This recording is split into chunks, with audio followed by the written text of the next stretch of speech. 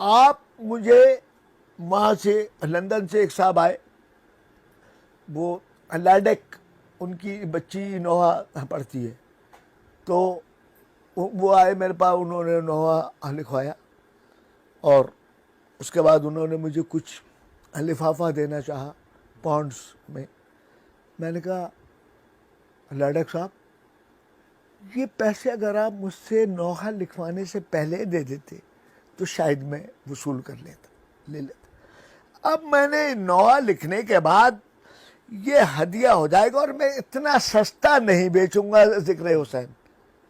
کیا خوبصورت بات کہی آپ نے. جی میں کہا میں اتنا سستا, اچھا تو میرے پاس تو یہاں رش لگا ہوتا ہے, میرے گواہ بیٹھے ہوئے ہیں یہاں, ان کو غازی عباس کی واسطہ دے کے, مولا کائنات کا واسطہ دے کے, جناب سیدہ کا واسطہ دے کے پوچھئے کہ اس آدمی نے کسی سے پیسہ لیا ہے. لوگ اکثر سگریٹ, جب میں پیتا تھا, اب تو نہیں پیتا, سگریٹ لے کے آ جاتے تھے فلانا, میں کہتا تھا یہ اٹھاؤ اور آئندہ اگر یہ کیا تو میرے پاس آنا نہیں. میں اتنا سستا نہیں بیچوں گا یار ایک پیکٹ پہ. اور جب تم خود کہتے ہو کہ یہ زہر ہے تو بابا یہ زہر تم کیوں لے کے آتے ہو میرے لیے کوئی بادام پستے فلانا لے کے آیا کرو, اور یہ سارے سال ہی یہ محبت کیوں نہیں ہوتی. ریحان بھائی اتنے مشکل حالات ہیں اور بظاہر ایسا لگتا ہے کہ آپ کے پاس کوئی ایک مسلسل انکم سورس بھی نہیں ہے. جی گھر کیسے چل رہا ہے؟ گھر اب یا تو اس بات کو مان لیجیے آپ کہ میرا مولا اپنے اوپر ادھار نہیں رکھتا, یا کہہ دیں کہ یہ جھوٹ ہے. میں اب اس کے آگے کیا کہوں.